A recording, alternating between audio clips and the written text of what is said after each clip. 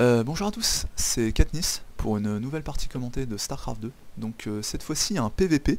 On va retrouver pour le coup notre ami News qui a spawné en bas à gauche de la map en Protoss bleu et qui aujourd'hui va être opposé à Geffen Nessel, que l'on va pour le coup raccourcir en Nessel, qui a spawné en bas à droite de la map en Protoss rouge. Map qui, je le rappelle, est district de Neokirk. Une map à 2 points de spawn, ce qui signifie que si vous êtes en bas à droite, votre adversaire est nécessairement en bas à gauche. Map en fait qui se caractérise par une close po aérienne. Vous pouvez voir que en fait voilà, tout simplement les deux adversaires sont en close po aérienne dès le début de la game, ce qui favoriserait en fait les agressions rapides aériennes du type Banshee, Mutalisk ou encore Phoenix.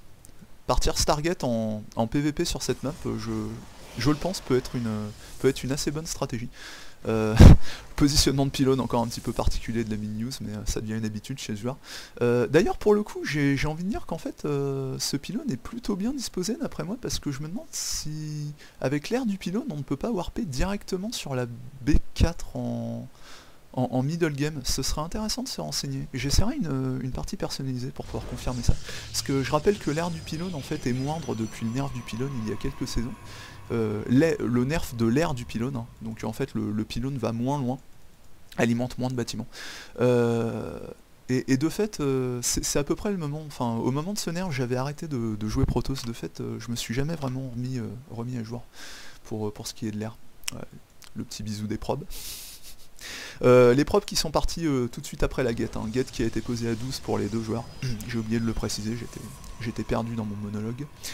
Donc on a un Gaspris du côté de News, même chose du côté de Nessel. Nessel qui a posé son deuxième pylône derrière la ligne de minerai, probablement un pylône qui va servir un petit peu plus tard à alimenter de la tech pour la planquer, hein, de sorte que si par exemple un stalker de News venait à s'aventurer, il ait plus de mal à remarquer les bâtiments de production de Nessel. News qui lui en fait a joué beaucoup plus safe vu qu'il a positionné son deuxième pylône pas très loin de son premier, donc en cas d'agression rapide ça aura le mérite de lui permettre de rester plus longtemps dans la game, hein. Comme ça si jamais il y a un pylône, son premier pylône est snipé, les bâtiments resteront quand même alimentés. Donc voilà, un a fait le pari de... Pendant que News nous refait exactement le même move qu'il avait fait sur le précédent PVP que j'avais casté de lui, qui est de choper la probe, de faire un bon vieux gangbang derrière le champ de minerai. Ça va peut-être devenir sa spécialité. News qui pour le coup a un petit peu foiré vu qu'il n'a... Voilà. En fait il a tardé à utiliser ses chronoboosts. Je rappelle que quand vous êtes Protoss, vous pouvez consacrer vos deux premiers chronoboosts respectivement à 12 de pop, respectivement à 11 de pop, puis à 13 sur votre Nexus, parce que en fait si vous les conservez, je rappelle que votre Nexus atteindra 100 points d'énergie avant que vous n'ayez sorti la core, donc ce sera de l'énergie perdue, alors autant le rentabiliser sur votre économie, j'ai envie de dire. Un petit truc à savoir. Voilà, donc toc, on a eu donc en fait Nessel qui a skippé son premier zélote, hein, qui est tout de suite parti sur Stalker. Du côté de News, alors du côté de News on a carrément skippé, ah non pardon, voilà le Stalker de News.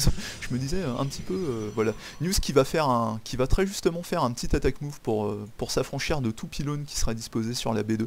Vous pouvez voir qu'il s'est arrêté au niveau de la B2, je vous encourage à reproduire ce mouvement, quitte à aller jusqu'à la B3 voire B4, hein. En PVP on n'est jamais trop prudent, je veux dire, la Protoss c'est une race de fouine par excellence, et le PVP c'est vraiment le match-up qui met le plus en exergue cette remarque. Donc on est parti, ah bah ça c'est intéressant, on a donc un 3-get Stargate du côté de News, et pour le coup on va avoir un 3-get robot du côté de Nessel. Donc j'ai envie de dire peut-être un petit avantage à News de par son build, puisque je rappelle que sur le middle et late game la porte spatiale a tendance à se montrer supérieure au complexe robotique. C'est dû au fait que les phénix peuvent soulever les IMO et peuvent choper les colosses. Donc un bon move, j'ai envie de dire. Pendant que les deux probes vont se revoir, le problème c'est que là il y a un invité surprise en la personne de Stalker de News. Et Nessel qui pour le coup s'en bat royalement les couilles et pose un pylône au nez et à la barbe de News, indiquant dès lors, j'ai envie de dire clairement que des velléités offensives, hein. Voilà, News qui va scouter, qui n'a pas eu de B2 de posé, mais ce pylône me laisserait à penser que Nessel n'a pas l'intention de partir macro sur cette partie, hein. Ça à mon avis c'est un complexe robot qui, voilà, deux IMO qui vont probablement pas tarder à à être adjoint de quelques stalkers pour un push en direction de la base de News. Ah, malheureusement News qui a un petit peu trop tardé, il s'est concentré sur la prop qui avait fait le pylône, et j'ai envie de dire qu'il a raison, hein, parce que je veux dire, si vous laissez la prop se barrer, vous êtes garanti d'avoir un autre pylône planqué, donc toujours se concentrer sur une prop plutôt que sur le pylône. Mais en l'occurrence, le pylône a survécu et on se retrouve avec 3 stalkers qui vont être rejoints par 3 de leurs compatriotes, plus un IMO, secondé d'un second IMO, donc on va avoir droit à un push assez rapide. Et ce que je trouve assez intéressant, c'est que, comment dire, News a beau être parti sur porte spatiale, il va manquer un petit peu de DPS pour repousser ce push. Donc la question c'est, que va-t-il faire avec ces Phoenix? Est-ce qu'il va s'en servir pour lever des unités lors du push et ainsi essayer de, comment dire, d'out micro l'adversaire, j'ai envie de dire, ou est-ce qu'au contraire il va warper beaucoup de sentry, force field sa B1 et profiter de la mobilité des Phoenix et de la close po aérienne que j'ai décrit un petit peu plus tôt pour aller voilà, donc pour aller shooter l'économie de l'adversaire, et ce sera la deuxième solution. Voilà, pendant ce temps-là, Nessel qui rajoute des pylônes pour pouvoir warper au plus près de la base de son adversaire. Les Phoenix qui ne vont pas tarder à être dévoilés. Je rappelle que Nessel n'a pas la moindre idée de ce qui va lui tomber dessus, j'ai envie de dire. Et voilà, donc les Phoenix qui vont commencer le petit travail de race, 1 probe, 2 probes, 3 probes. 3 probes de prix. On peut se permettre d'être un petit peu plus gourmand.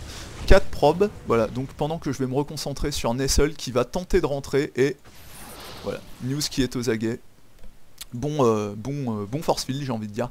Voilà, donc News qui, je le rappelle, est un joueur gold, peut-être top gold, mais ce qui explique le fait qu'il a un petit peu de difficulté à micro-gérer les Phoenix tout en bloquant sa choc. Mais pour le coup, il s'en tire vraiment très bien. Vous pouvez voir sur la minimap qu'il a forcé les probes de Nessel à, comment dire, à quitter carrément la B2, donc il a retardé le minage pendant un bon temps en s'affranchissant de 4-5 probes, ce qui est assez bien. Voilà, Nessel en fait qui a essayé de pallier au problème en faisant venir un observateur pour lui donner la vision en haut de la choc. Mais pour peu que News en fait conserve une distance respectable, il devrait parvenir à, comment dire, à force field sans arrêt, sans se faire shooter en retour. Je rappelle qu'avec 4 force field, vous pouvez, si vous espacez vos force field de 15 secondes, comment dire, bloquer votre choc de façon ininterrompue. Voilà, comment dire, News qui s'est affranchi de l'observateur de Nessel et qui va commencer à prélever quelques troupes. Ce sera peut-être suffisant pour, comment dire, pour refroidir les ardeurs du Protoss rouge. Pendant qu'on a les Phoenix de News qui, je l'espère, vont retourner à la Marave parce qu'ils sont un petit peu là pour ça. Allez, fais-moi bouger les... Voilà, c'est bien ça. Voilà, donc les Phoenix ils vont... les Phoenix qui pour le coup vont se confronter à un minimum de résistance, mais je pense que c'est pas ça qui va les arrêter. Je veux dire, les Phoenix c'est mobile, donc il n'y aura pas de problème. Pendant que Nessel, qui visiblement a compris que non seulement il ne parviendrait pas à rentrer, mais qu'en plus s'il conservait sa position, il allait se faire défoncer toute son économie. Et ma foi, News qui fait quelques ravages, j'ai envie de dire, dans les lignes de minerai de l'adversaire. On en est déjà... Putain, on en est déjà à 16 probes tués, donc du très bon boulot, j'ai envie de dire, de la part de News. Ce qui roule bien pour Nessel à ce stade de la partie, c'est qu'il a posé B2. Mais vous pouvez voir qu'en termes de probes, il est quand même à la masse. On a 26 probes contre 16. Donc fort heureusement pour lui, sa B2 va lui permettre de se reconstituer une économie plus rapidement que News, qui pose sa B2 à l'instant. Mais il faut quand même mentionner la qualité du harass de News, qui aura prélevé 16 probes, c'est pas rien en début de partie. C'est dire ce qu'il aurait pu faire avec un petit peu plus de micro, pendant que Nessel va éviter de se refaire shooter bêtement son second observateur, le second qui vraisemblablement, s'il continue comme ça, va connaître le même destin que le premier, ce que je lui souhaite pas. Donc en termes d'amélioration, on peut voir que News, toujours très agressif, nous a balancé... back à Colosse pendant que les Phoenix viennent rappeler à l'ordre Nessel. Le message là c'est clairement on est dans le coin, vieille fouinasse, alors surtout ne t'avise pas de quitter ta B2 parce que sinon tes probes vont prendre méga cher, et j'ai envie de dire c'est exactement comme ça qu'il faut jouer les Phoenix. Toujours les montrer de temps en temps, prélever un petit probe, même si vous n'en prélevez pas, juste les montrer pour rappeler à votre adversaire qu'ils sont dans le coin et qu'il faut qu'il fasse gaffe. Voilà. En termes d'unité, non, Nessel a toujours son observateur, donc il se l'est pas fait défoncer. Observateur qui est ici et qui va scouter la baie de soutien robotique, hein. Donc News qui a commencé à rechercher les améliorations sur double forge, très bonne chose, hein, j'ai envie de dire dans le match-up PVP. Surtout que vous pouvez voir que Nessel en fait lui n'a sorti aucune forge. Donc à pop égal, ce sont les améliorations qui vous donnent la victoire, hein, je vous le rappelle. Donc très bon move de News pour l'occasion. News ça c'est le petit stalker de tout à l'heure qui avait voulu s'affranchir du pylône. Là il est en mode troller. Vieille ganache, je t'avais dit que je t'aurais, hein. Et oui, la vendetta c'est quelque chose de sacré dans StarCraft 2.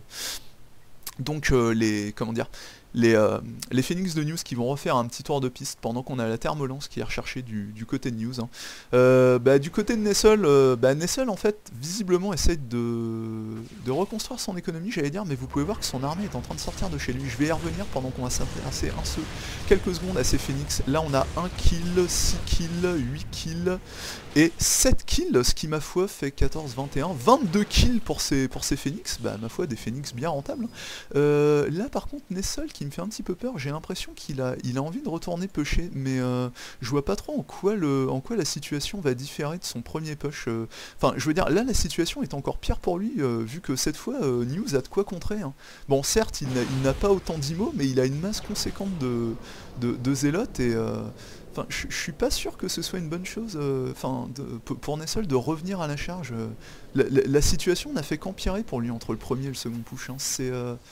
Enfin, j'ai conscience qu'il soit dans une situation pour le moins difficile, vu que son économie s'est pour le moins fait perturber, c'est le moins qu'on puisse dire. Mais là, je pense que la meilleure chose qu'il pourrait faire à ce stade de la partie, c'est rester chez lui sur B2, regagner une économie et techer, hein. Or, là, son économie...